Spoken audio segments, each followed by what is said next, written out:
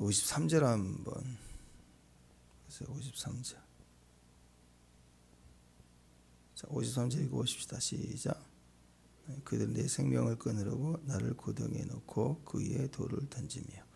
자, 우리 예레미야가 3장을 할 때 3장의 구조가 현재 상황, 첫 번째는 내가 죄로 말미암아 이 고난이 왔습니다. 그리고 그것에 대한 기도가 나왔고, 세 번째 예언이 원수 때문에 고난 당한다, 그 얘기죠. 그리고 나서 또 기도하는 내용이 나옵니다. 근데 원수의 해석이 상당히 중요하죠. 물론 겉으로는 바벨론이죠. 현재 바벨론이요. 근데 우리가 보통 우리의 대적이 있다, 원수가 있다, 그러면 일반적 상황에서는 대적을 깨뜨리소서, 대적을 치소서, 그렇게 나가지 않습니까? 근데 이 역시 마찬가지입니다. 어려운 환경에 대한 이유는 내 죄다, 이렇게 보는 것처럼 이 원수들이 지금 이 상황에 보세요. 생명을 끊으려고 구덩이에 나를 넣었는데 돌을 막 던졌대요. 그게 나보고 나를 어떻게 하라는 거예요? 나를 죽이려고 하는 거죠. 죽으라, 그런 거죠. 그러니까 이 대적이 문제예요. 근데 이 대적을 무찔러 주세요, 대적을 파멸해 주세요가 아니라는 거죠. 예레미야가 이 접근은. 그러니까 우리 눈에 보이는 문제, 상황이 결코 아니다. 그 뿌리는 내 죄고. 그리고 오늘 내용이 그 얘기를 하는 겁니다. 보통 성경에서는 그 구덩이는 죽음을 묘사해요. 그런데 구덩이에 집어넣을 뿐만 아니라 못 나오도록 거기다가 돌을 막 던졌어요. 큰 돌을. 그러면 자, 구덩이 빠졌는데 돌이 오면 막 머리 맞겠죠. 몸도. 그 다음에 돌이 쌓이면 이제 나올 수 있을까요? 그 무게를 이겨 나갈 수 없겠죠. 근데 그것으로 끝나지 않습니다. 54절에 보니까 물을 또 부어댔대요. 그 못 나오게 돌을 쌓아서 무게가 있어서 돌을 삐집고 나올 수도 없어서 겨우 돌은 또 사이사이에 숨구멍이 있잖아요. 그래서 숨이 겨우 쉬는데 아예 그냥 못 나오도록 물을 부었어요. 이 상황이면 보통 어떤 상황이죠? 아, 이제 죽는구나. 이제 대적의 손에 의해서 내가 죽는구나. 그러지 않겠습니까? 그러니까 구덩이, 돌을 던지고 물을 붓고, 이건 한마디로 도저히 여기서 이겨낼 수 없어요. 절망과 좌절일 수밖에 없습니다. 이런 절망과 좌절 속에서 예레미야가 우리에게 전하는 메시지가 있어요. 지금 이렇게 당한 거예요. 바벨론에게 이스라엘이 이렇게 당했다고. 자, 이럴 때 절망과 좌절이 항상 인생은 두 가지 같이 있다고 그랬죠. 그죠? 기쁘고 슬프고 같이 있어요. 근심과 찬송이 같이 있어요. 이게 같이 없으면, 같이 있습니다. 축복합니다. 이게 같이 있어요. 동시에. 이게 만약에 같이 없으면 긍정의 힘이에요. 지금 고난이지만 나중에는 좋은 일이 있을 거다, 이런 막연한, 이걸 의지하니까 우상으로 간다. 근데 이게 겹쳐야 돼요. 현장에 겹쳐야 돼요. 그래서 대심판이 임할 때 원수들, 대적자들은, 하나님 없는 사람은 그냥 최대한 할 수 있는 게 긍정의 힘이고 거기서 죽어요. 끝나는 거예요. 죽음이 오면서 끝난다. 근데 우리는 죽는 것도 또한 사는 거예요. 대심판이면 그 중에서 우리는 하나님의 대권능으로 우리를 건지심이 있다고. 항상. 그래서 성도는 신기합니다. 우리가 성도의 삶, 믿음의 삶을 사는 사람들은 이렇게 기가 막힌 웅덩이에 빠지잖아요. 죽는 줄 알 만큼 이렇게 좌절, 절망이 올 때 찬양합니다. 이상해. 죽어가는 때 찬양해. 이거 본능이에요, 본능. 왜? 우리 안에 생명이 다르기 때문에. 내 육신이 죽으면 영이 살아요. 그래서 분명히 알 것은, 저와 여러분이 믿음 안에 서 있다면 오늘 임종 직전에 그 순간에 가면 여러분 막 찬양이 나올걸요. 육신은 점점점 없어지는데, 힘이 없어지고 기력이 없어져도 찬송이 막 나와. 폭발적인 찬송이 나와요. 주에 날아갈 때 모든 감격과 감사가 눈물로 흘리면서 기쁨으로 주님 앞에 갈 거예요. 이건 그렇게 해야 된다는 게 아니라고. 그렇게 되어집니다. 신기한 건 우리가 그 영생의 축복의 자리에 가는 것을 삶 속에 고난을 당할 때 간접 경험을 조금씩 해요. 영생을 맛보는 거예요. 왜냐하면 너무 어이없고 너무 큰일을 당하잖아요. 그것도 웃음 나온다고. 진짜 그래요. 진짜 웃어요. 남들 볼 때 좀 미쳤나? 저 일을 당하니 저분이 미쳤구나. 그렇게 수근덕거릴 만큼 웃어요. 어떤 분은 장례식 치르는데 너무 마음이 아파. 억울해. 근데도 그 장례식 치르는 과정에서 보니까 웃더라고. 그 웃음이 미쳐서 우는 게 아니라 성령의 기쁨을 줘서 그렇게 감격하는 걸 봤어요. 장례식 치르면서도 웃더라고. 헤어질 때는 슬프고 마음은 우울한데 찬송 틀어놓고 웃더라고. 감사한다 하나님께. 그런 장례식도 있어요. 어떤 장례식은 불의를 저지르다가 콧배기도 안 비치다가 장례 치른다고 와가지고 제사상 차린다 앞에서 언제부터 효자라고 막 설치고 다니며 싸우고 친척들 관계 싸우고 이런 사람도 있지만 어떤 분들은 너무 속상하고 그래도 감사하게 기쁨으로 그리고 본인의 자리 슬픔의 자리에서도 항상 웃어요. 교회 오면 새벽에도 웃고 기도하면서 웃고 근데 본인의 삶은 너무너무 알고 보면 남에게 얘기 못하는 어려움들이 있더라고. 그 순간순간 주는 찾아 울기도 하지만 때로는 주로 그분들을 보면 주된 느낌이 항상 이렇게 웃어요. 왜 그럴까요? 인생에는 이게 겹쳐져 있어요. 인생에는 좋은 일도 있고 봄, 여름, 가을, 겨울이 있지만 그건 일반적인 거고 아니 제가 저번에도 말씀드렸잖아요. 그 이상한 성경도 아닌 절대적으로 믿는 믿음이 있더라고 사람들. 그 근거가 어디 있는지 모르겠어요. 인생에 3번의 기회가 온다. 그런 거 어디가 있어요. 그걸 막연히 믿더라고. 무슨 3번이에요. 하루에 70번씩 7번이나 기회를 주는데 하나님이 지금이면 다 주는데 그런 막연한 것에 막 어려울 때 한 방이 올 거야 막 이러더라고. 아니 이렇게 생각하지 마세요. 하나님은 아침마다 새롭고 늘 새로우신 분이고 그리고 지금이에요. 앞으로가 아니라 지금 어렵습니까?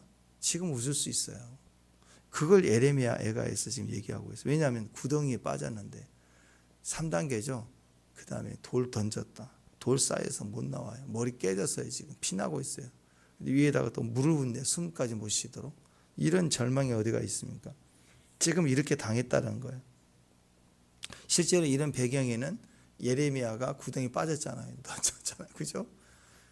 또 위대한 요셉도 구덩이 빠졌죠. 여러분 구덩이 빠진 사람은요 위대하게 됩니다. 다윗이 그랬잖아요. 지금 구덩이에서 나를 건지셨다. 다윗도 빠졌어요. 혹시 여러분 구덩이 빠졌습니까? 그리고 돌 던졌습니까? 물까지 부어 됩니까? 할렐루야요, 진짜. 여러분 잘 된다고. 스데반이 또 천국 갔더니 또 사람들은 스데반 알아봤다고 하잖아. 보자마자 머리에 다이아몬드로 막 밖에서 다닌 사람이 스데반이었다고 하잖아. 농담이긴 하지만 돌 맞으면 행복인 거 여러 번 안에 막 다이아로 박혀 있다고. 그와 같은 거다 이거죠. 자, 여기서 예레미야는 앞으로 미래적으로 건설적으로 좋은 일이 있어서 출발할 것이다 라는 긍정의 의미 아니라 이렇게 지금 구덩이 속에 돌 맞고 물 부어대는 상황이 좌절과 절망일 때인데 그때 거기서부터 희망이 출발이 있었다는 거예요. 희망의 출발. 왜 그러냐면 왜 그걸 얘기하냐면 가만히 생각해 보니까 예레미야가 그냥 구덩이 빠진 게 아니잖아요. 왜 빠졌을까요? 지나가다 빠졌는데 누가 나에게 돌 던지는 게 아니죠. 왜 돌을 던질까? 왜 나를 죽이려고 들까? 하나님의 말씀을 선포했기 때문에. 그러니까 하나님 말씀이 뭐였어요? 포로로 잡혀가라. 나라 명한다. 그러니까 나라 명하니까 회개하지 않고 화딱지나니까 보복하는 거야. 네가 그 말에서 그런 거야. 이런 식으로.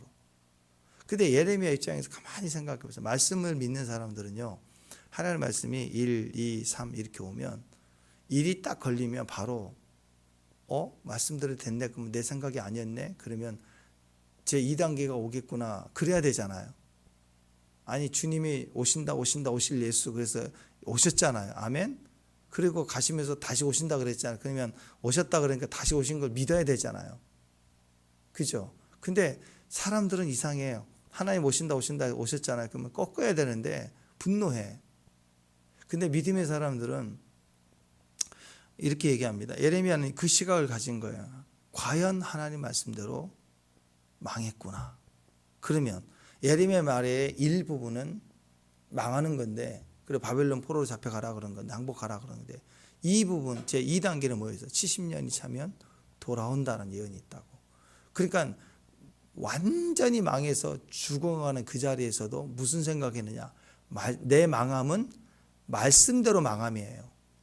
말씀대로 망했으니 이제는 말씀대로 일어날 것이다라는 소망이 있는 거예요. 그 절망 중에 소망이 같이 나타나는 거예요. 그래서 성도는 핍박 중에 기뻐할 수 있는 거예요. 긍정의 힘으로 내가 긍정으로 낙천적으로 받아들이자가 아니라 이게 말씀대로 순종해서 오는 환난은 말씀대로 순종해서 오는 축복이 있을 거라는 걸 아는 거라고. 1차 합격이다. 1차 응답이다. 그러니까 이제 그대로 직진인 거예요. 2차 합격이 있는 거예요. 그래서 절망 중에 눈 부릅뜨고 기뻐서 막 약속대로 됐다. 그러니까 예수님이 그냥 죽으셨습니까? 억울하게 죽으셨습니까? 예수님이 십자가 지시면 어떻게 지신 거예요? 약속대로 십자가 지신 거예요. 구약에서부터 계속 이사야를 통해서 계속 예언했잖아요. 그가 질고를 지고 채찍 맞았고 다. 그러니까 우리는 예수님의 십자가 지심을 볼 때 그분의 죽으심을 슬퍼하고만 있으면 안 되고 그분의 약속대로 다시 살아나셨잖아요. 그럼 3단계 승천하셨잖아요. 그러니까 다시 오신대요. 이걸 줄줄이 다 소망을 가져야 돼요.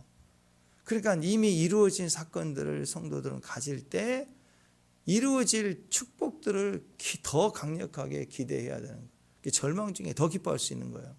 왜? 약속대로 절망이 이루어졌으니까. 1단계 해결됐으니까 2단계 3단계가 막 열릴 거라는 거. 어떻게 아무리 내 삶이 어렵고 힘들더라도 약속대로잖아요. 그러면 사는 거예요. 넘어졌는데 깨졌는데 웃어야 돼. 왜? 약속대로 그 다음에 일어설 거니까.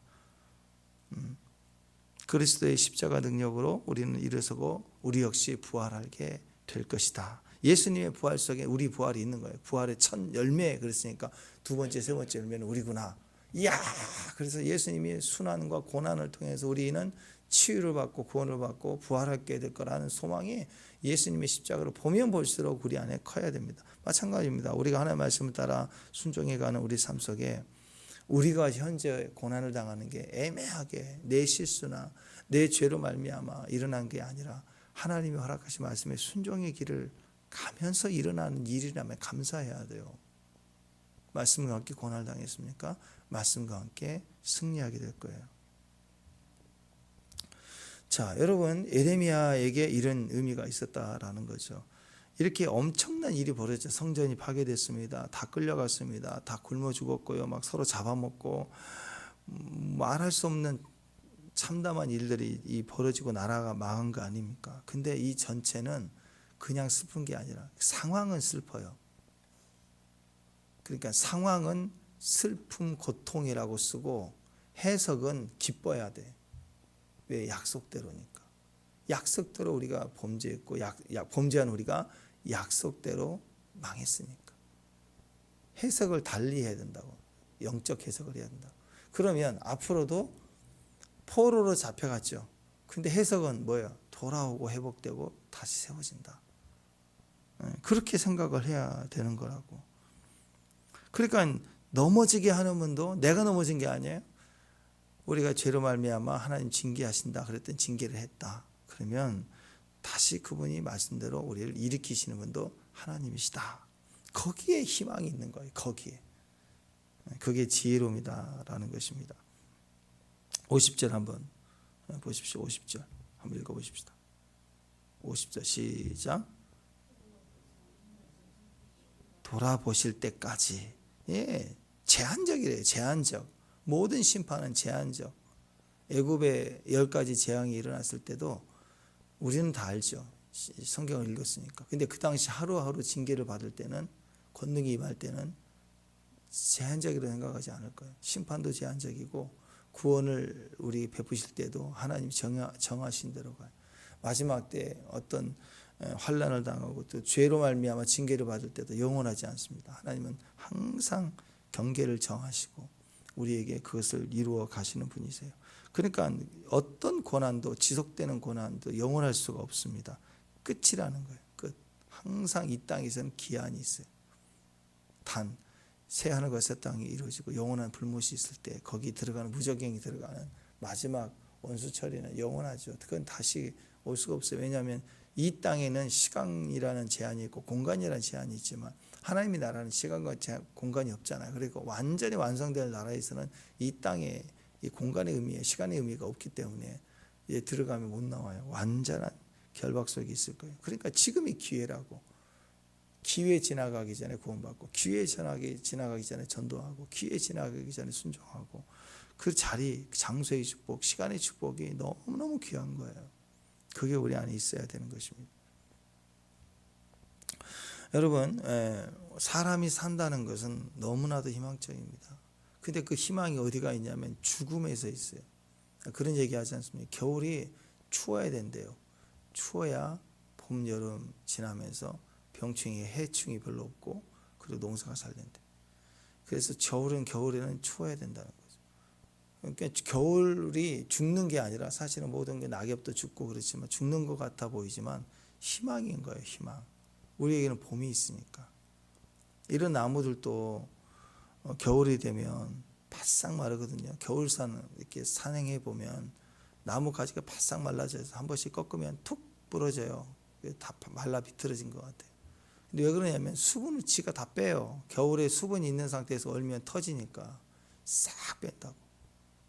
뿌리로 빨아들였다가 그 다음에 봄이 되면 싹 마른 가지인데 다 꺾인 줄 알았는데 또 수분이 올라오기 시작하면요 이제 싹이 나요. 거기서 이게 다 죽은 게 아니에요. 눈에 보일 때는 겨울은 사망, 죽음 같아 보이는데 다 생태계는 거기 안에서 봄을 그려가고 있다고. 봄이 오고 있다고. 이미 그 뿌리 안에서부터 시작이, 생명 안에서 뿌리는 봄은 시작이 되는 거예요.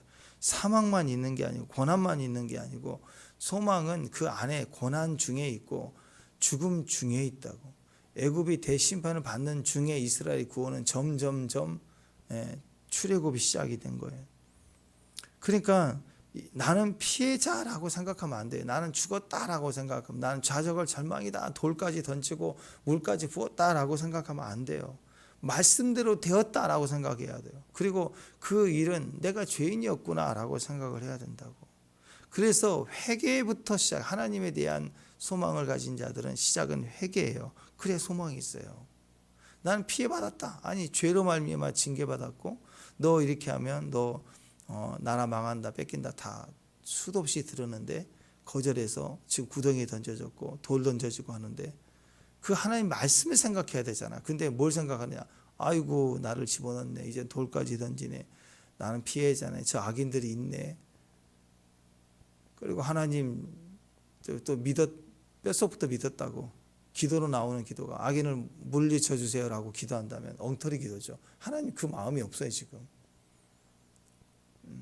죄로 말미암아 징계받고 있는 자가 하나님을 부르짖으며 저 사람을, 저 대적 나를 치는 자를 치소서 이렇게 하면 응답이 되겠냐고요. 그건 정성을 다하고 막 몸부림치면 철하면서 기도하면 그 기도 응답 되겠냐고요. 대적에게 마음 꽂히면 안 돼요. 대적은 세팅이에요. 세팅. 악인은 나중에 찾아봐도 보이지 않는다 그러잖아. 하나님의 계획 속에, 대본 속에 우리에게 설정해서 오는 세팅된 자들이라고. 진짜는 대본이에요. 대본. 하나님 말씀대로 간다. 그러니까 예배가 있으니까 회개하고 남 탓하고 대적을 보고 문제를 보는 사람들은 회개가 없어요. 상황만 바꾸려는 것만 기도해요. 그러니까 회개가 없으니까 예배가 안 되죠. 회개부터 시작해서 내가 죽어도 하나님이 영원하십니다 하고 엎드리는 게 예배잖아요. 땅바닥에 코가 닿고 티끌이 닿는 거, 입맞춤 되는 거 예배잖아. 월십이잖아. 회개가 돼야 예배가 된다고.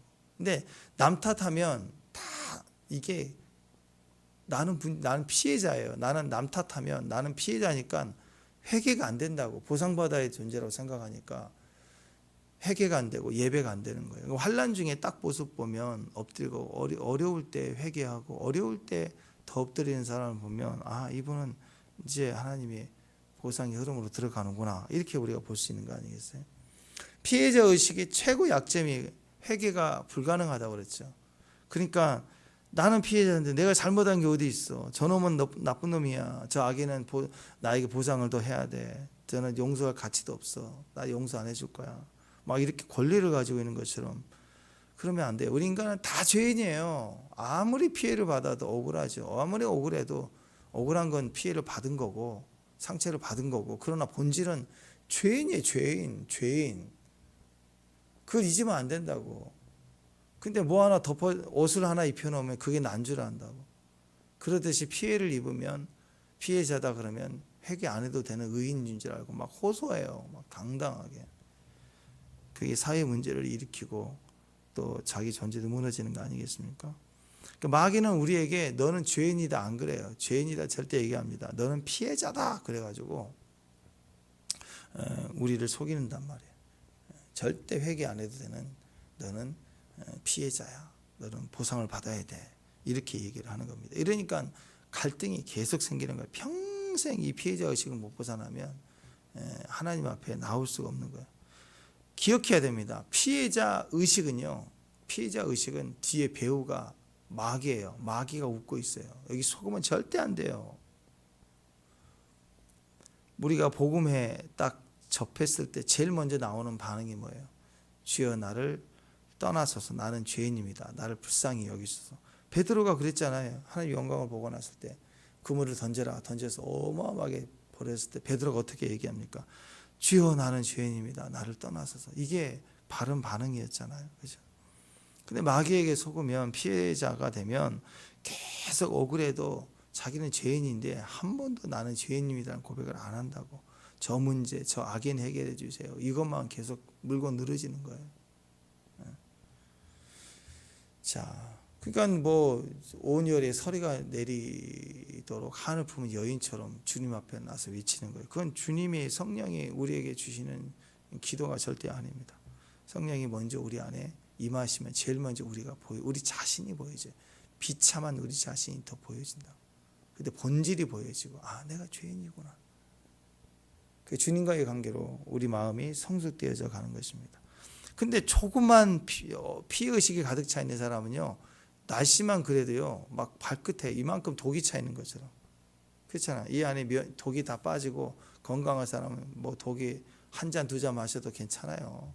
독이 쌓여야 돼. 막 쌓여져야 발열이 나오니까.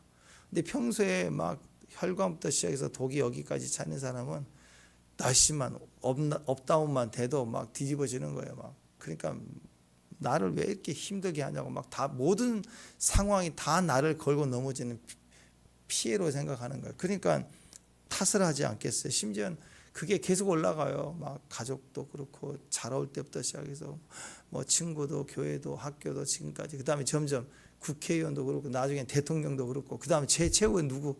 하나님까지. 하나님께 가지고 하나님 어디 계시냐? 하나님이 살아계신다고 하는데 그렇다면 우리를 버릴 수 있느냐? 하나님이 살아계시다고 웃기지 말라. 살아계신데 왜 성전이 파괴되냐? 저도 자라면서 믿지 않는 사람들 통해서 이런 얘기 하도 많이 들은 것 중에 하나가 태풍 지나고 나면 꼭 그 서양의 뭐 우리 종탑 무너지는 사건, 우리 최근에 있었지만 옛날에는 왜 성당 무너지고 뭐 그런 거 봤잖아요. 또 공산당이 와가지고 시진핑이가 막 십자가 철거하고 폭파시키는 거. 하나님 살아계신다면 성전이 이러냐? 그러고 뭐 또 지진 났다고 그러면 교회가 무너진 거 그 사진 어디서 골라가지고 뭐 이게 하나님 살아계시면 이러냐 이런 얘기를 하거든요. 다 이런 논리에 피해자 의식이에요. 피해자 의식. 하나님 없기 때문에. 그래서 우리의 하나님에 계시는 사람들은 엎드려서 주여 내가 죄인입니다 하고 40절 41절 한번 보세요. 40절 41절 오늘 핵심입니다. 시작. 우리가 스스로 우리의 행위를 조사하고 여호와께로 돌아가자. 우리의 마음과 손을 아울러 하늘에 계신 하나님께 들자. 지금 이 상황이 구덩이에 빠졌어요. 대재앙을 당했어요. 돌을 던져요. 머리 깨져요. 피 흘리고 있어요. 숨이 막힐 것 같아요. 근데 물이 또 붓네. 이 상황에서 뭘 해야 되느냐? 우리가 스스로 우리의 행위를 조사하고 여호와께로 돌아가자. 대적을 보지 말고 나를 봐야 되고 우리 마음과 손을 아우러 하나님 계신 하나님께 향하여 들자. 보좌를 향하여 들어. 손 든다는 게 항복 아니에요. 이게 우리의 힘이, 성도의 힘이 여기에 있다라는 거죠. 여러분, 사람들은요 고집스럽습니다. 왜냐하면 다 내가 옳다라는 거예요. 환난을 당할수록 왜 꺾이지 않느냐? 내가 옳기 때문에 안 꺾여요. 조그만 어려우면 내가 꺾이지 않아요. 그걸 고집스럽다라고 얘기를 합니다. 마지막 왕 시드기야 여러 번 얘기하고 본인도 불안하니까 예레미야를 또 찾아왔지만 결국 다 거절하죠. 다 고집스러워서 그래요. 목이 곧다 고집스러워. 근데 이거 한번 생각해 보시죠. 고집불통인 사람들의 특징이 미신적입니다. 미신. 자기는 대단히 공평하고 상식적이고 자기는 과학적이고 이성적이고 감정에 치우치지 않는다고 얘기를 하거든요. 근데 행동하는 거 보면 미신적입니다. 미신과 신앙이 다른 이유가 뭐예요? 신앙은 그것을 약속하신 이가 증명해낸 진리를 가지고 있는 게 우리가 신앙이고, 미신은 신이 누군지도 몰라. 대상도 없고 한 번도 들어본 적이 없어. 막연히 될 것 같다고 생각하는 거예요. 그러니까 고집불통의 사람, 고집스러운 사람들의 특징은 이런 거예요. 나는 하나도 안 바뀌어요. 지금 이대로 살면서 결과만 바뀌기를 원해서 비나이다. 우상 숭배하는 사람들이 갔을 때 비나이다, 뭐 부처야 비나이다. 그러면 부처가 나타나가지고 네 마음을 회개하라. 그런 적 있나요? 전부 자기에게 안 와요. 복줄 방법을 점쳐줘요. 구슬해라, 뭘 해라, 뭐 해라, 뭘 해라. 그렇게 방법을 주는데 그게 네 마음을 찢고 회개하고 철저히 뒤끝까지 죄를 마시면서 하라. 막 그렇게 안 한다고. 어떤 신도 그렇게 오지 않아요. 그러니까 사람들의 심령이 왜 우상을 섬기는 게 쉽냐면 나는 그대로 두고 결과만 잘 되기를 바라는 마음이에요. 근데 하나님은 절대 안 그래요. 결과를 갖고 난리쳐도 결과를 두고 너부터 바뀌어라. 그게 하나님의 진단이라고요. 근데 사람은 왜 고집불통이냐면 내가 옳은 줄만 알아요. 상황만 나쁜 거예요. 나는 정상이에요. 상황만 좋으면 좋겠어요. 물질적으로는 좋아졌으면 좋겠는 거예요. 병만 나으면 될 것 같아요. 내가 나를 생각하면 나는 별로 문제가 없어. 나는 항상 정직한 사람이고 남에게 피해를 안 주고 나는 항상 이성적으로 얘기하지 감정에 치우거나 내 자식이라고 손에 팔을 안으로 굽든 나는 그렇게 한 적이 없고 구구절절 그렇게 얘기를 한다고 그런 사고가 박혀 있어요. 근데 사람은 내가 옳은지 내가 틀린지 어떻게 알 수 있죠? 어떻게 할 수 있어요? 내가 기준이 되면 안 돼요. 사람의 소견에 옳은 대로 행하면 사삭이 되고 망하는 거라고.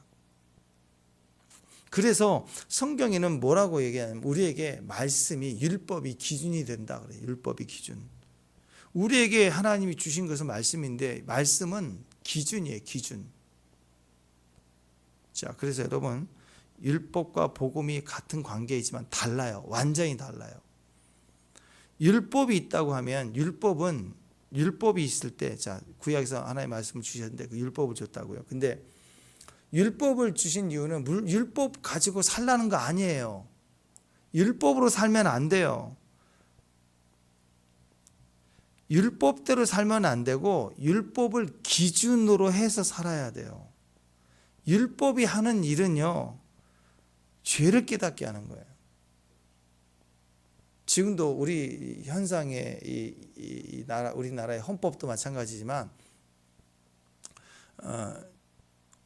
뭐 그런 거 있잖아요. 뭐 노래방 뭐 그런 무슨 방 음란한 무슨 일본의 방이 이렇게 수입해서 만들어지면 그게 음란한 행위이고 불법인데 법이 제정이 안 되면 처벌을 못 해요. 그리고 그게 사회적 문제가 돼서 법이 제정되면 그런 것을 폐쇄하는 학교 근처에는 뭐 못하게 하고 이게 법이 생길 때만 처벌이 되는 거지 법이 만들어지기 전까지는 죄가 우리가 봐도 죄인데 죄가 아니라고. 그래서 법이 계속 제정이 되는데 법이 제정하는 속도보다 신종이 더 많은 거예요. 그래서 계속 사회가 어려워지잖아요. 이와 비슷합니다. 법이 없으면 죄인 줄 몰라요. 자기가 다 옳은 줄 안다고. 그래서 나와 너 사이에 법이 있어야 돼요. 법을 기준으로 판단을 받는 거예요. 이해가 되시죠? 그래서 법을 기준으로 살아야 행복하는 건데 어떤 사람은 법 자체만을 가지고 살려고 그래. 자, 무슨 말이냐면 여러분 옛날에 우리 수학 문제 풀 때 수학 문제는 이렇게 뒷부분에 부록 뒤에 설명 뒤에 해답지가 있어. 정답 그죠? 저도 그랬지만 정답을 딱 찢어서 따로 두고 풀고 왜냐하면 앞에 풀고 다시 뒤집어 확인하기 힘드니까 딱 잘라가지고 정답 부분 빼놓고 풀고 나서 확인하고 그렇잖아요. 근데 어떤 사람이 나에게는 정답이 있다. 100% 답이죠. 근데 그 정답을 달달달 암송해. 정답을 막 암송, 처음부터 거기 정답을 다 암송했어. 그래서 정답을 가지고 다녀. 몸에 지니고 다녀.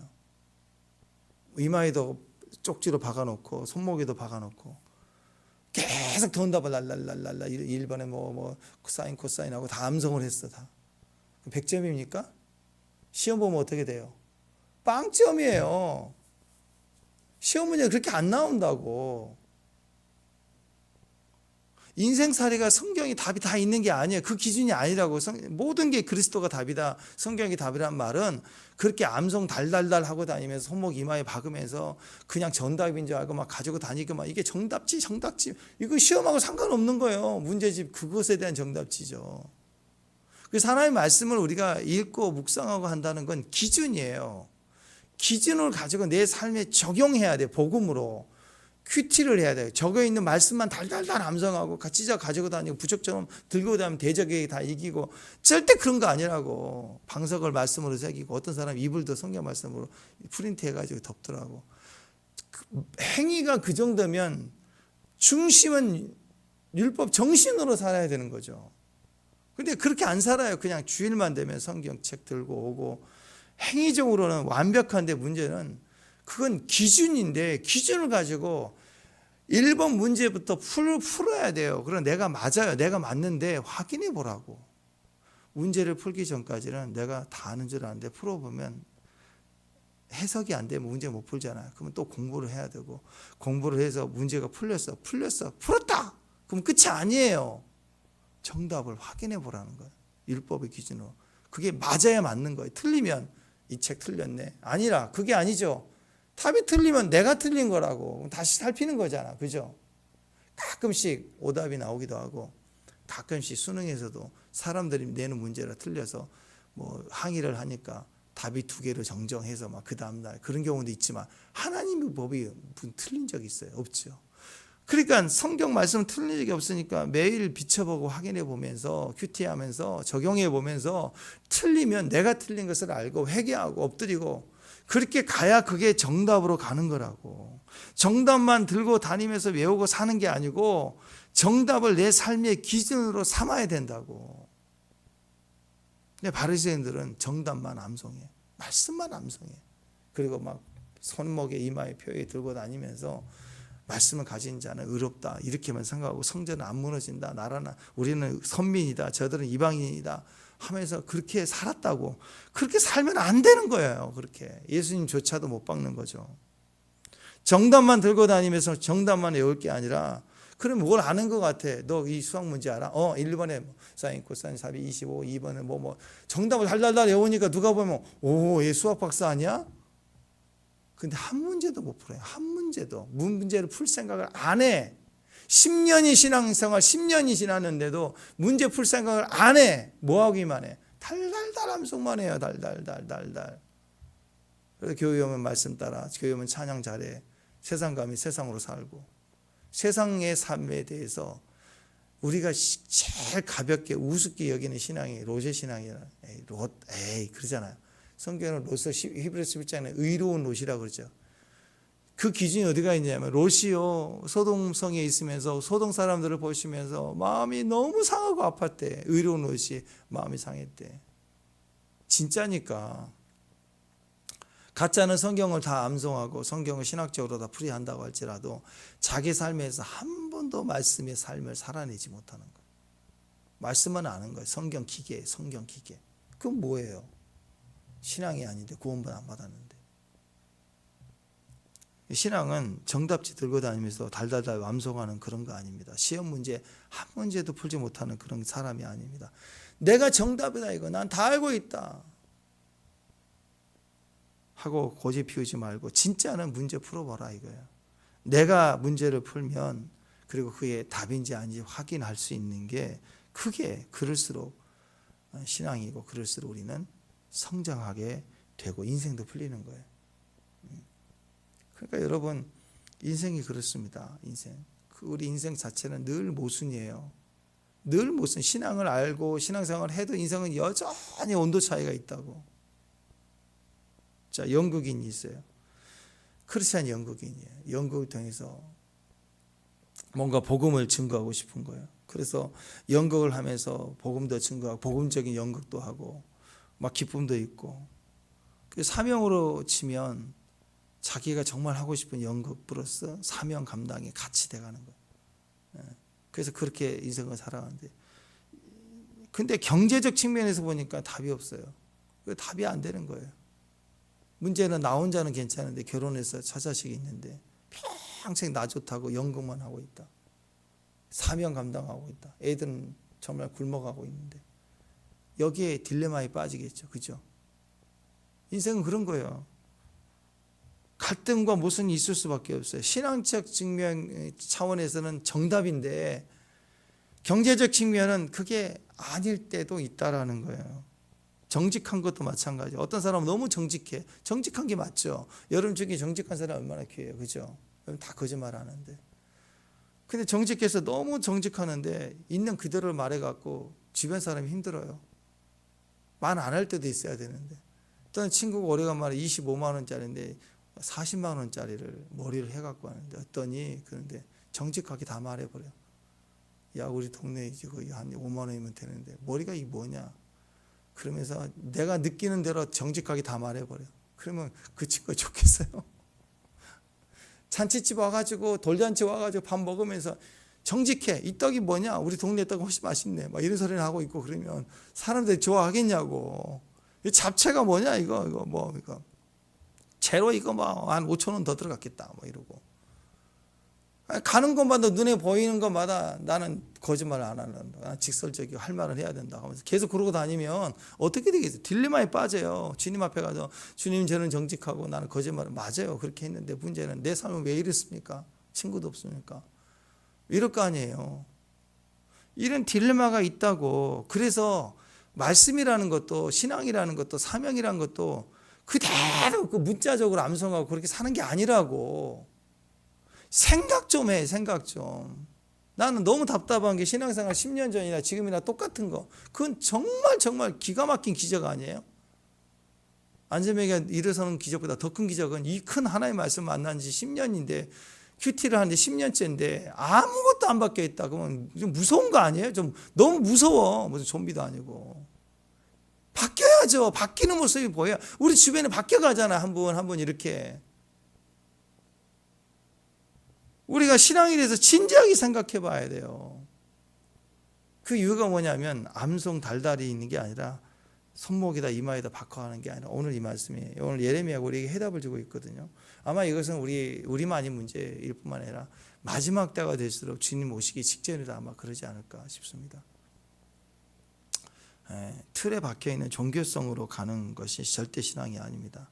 내 마음으로는 그렇지만 내 현실이 어려워요. 어떤 말씀을 받아도 어려울 수 있어요. 초신자일 때는 주일 성수 지키려고 하는 것과 또 상황이라는 게 얼마나 그 전쟁입니까? 제사 하나 끊어내는 것도 얼마나 전쟁이에요. 그와 같이 그때는 그랬지만 지금은 아무렇지도 않지만 여러분이 신앙에 대한 부담을 더 가지면 가질수록 우리는 늘상 모순과 전쟁 속에 어려울 수밖에 없어요. 아까 연극인처럼 요즘에는 신학 나와서 목사 되고 그것만이 아니라 우리는 풀타임이죠. 파트타임의 개념으로 가는 거예요. 모든 사람이 사명자예요. 그러다 보니까 이 문제가 있다고. 나는 연극으로, 나는 어떤 그 음악으로. 근데 굶어야 되면 처자식 문제 있잖아요. 근데 이 문제를 고민해야 돼. 이게 답이 아니에요. 어떤 게 답이 아니에요. 여러분 죽도록 충성하고 다 배고프면 숭배하듯이 여러분 연극만 하세요. 그럴 수 없는 거예요. 모든 사람이 그렇게 딱 정해 줄 수가 없다고. 율법으로는 뭐 아니면 도 딱 나와 있잖아.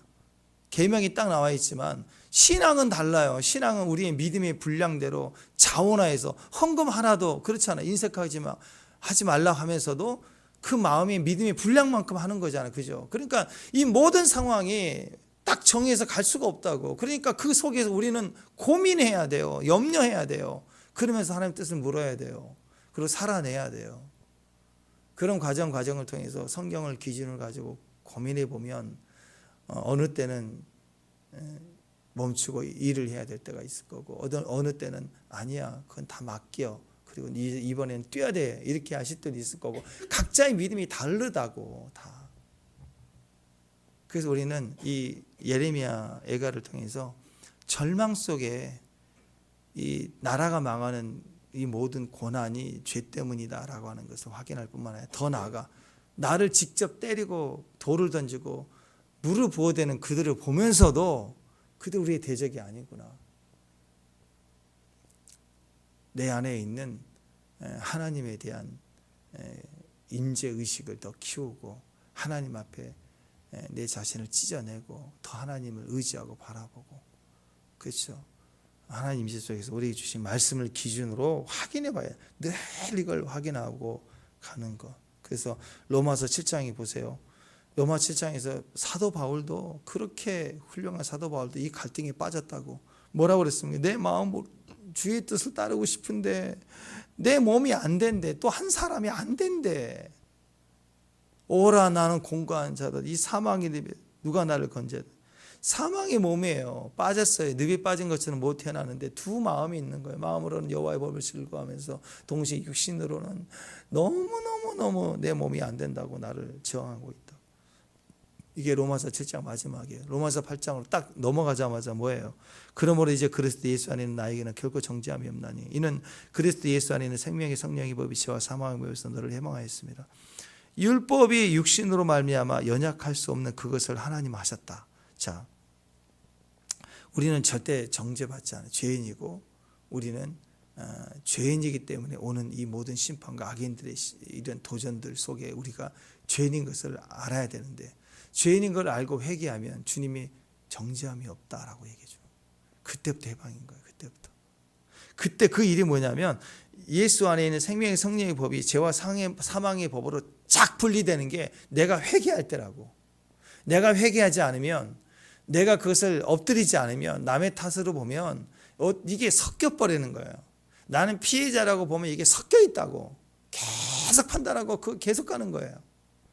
그런데 이게 내가 피해자가 아니라, 피해를 받았지만 피해자가 아니라 나는 예배자, 나는 기도자, 나는 선교사, 이렇게 딱 정의를 내리고 하나님 앞에 죄인입니다 라고 엎드리면 이게 영과 육이 쫙 분리가 되는 거예요. 그때부터는. 그래서 회개가 되고 그때부터는 정죄함이에요. 내가 죄인입니다. 난 죽었습니다. 그런데 내가 너를 정죄치 아니하노니 제사함을 받았다 하는 자유함이 그때 임하는 거예요. 그걸 뭐라고 얘기하냐면 율법이 육신으로 말미암아 할 수 없는 것을 하나님이 하셨다 그래요. 로마서 8장 3절에. 세상이 할 수 없는 일을 주님이 하세요. It's done. 끝. 의롭다함을 받았다. 끝. 정죄함이 없나니 하고 완전한 자유를 거기다 주는 거예요. 악인이 있든 없든 나를 대적하든 안 하든 그가 나에 대해 용서를 구하든 안 구하든 상관없이 완전한 자유, 그리스도가 우리 안에 계신 자유가 임하게 되고 승리가 있게 되는 거예요. 그래서 갈라디아 2장 20절에 그 얘기 아니에요. 내가 죽고 내 안에 그리스도가 사는 거예요. 내가 죽고 그리스도가 사는 게 아니고, 내가 죽고 내 예수님 안에서 내가 있는데 주님이 또 내 안에서 사는 거예요. 내가 내 인생을 사는 게 아니라 내 안에 그리스도가 사는 거예요. 내가 아니라 그리스도다. 그 자유함과 승리가 있게 되는 겁니다. 복음과 연결해서 보면 예레미야 이 애가의 오늘 그 외침은 우리 자신에 머물러 있거나 대상에게 머물러 있지 말고 그리스도를 향하여 나는 죽어야 돼요. 더 죄인이니까. 그때 자유가 임하고 치유가 임하고 회복이 일어난다는 거예요. 그 승리의 자리로 오늘 말씀 고민해 보시면서 믿음으로 승리할 수 있기를 주님의 이름으로 축원합니다. 기도하겠습니다. 하나님의 은혜에 내가 죽고 그의 은혜로 내가 살고 내 안에 그리스도가 사는 귀한 종들 되게 하옵소서. 예수님 이름으로 기도합니다.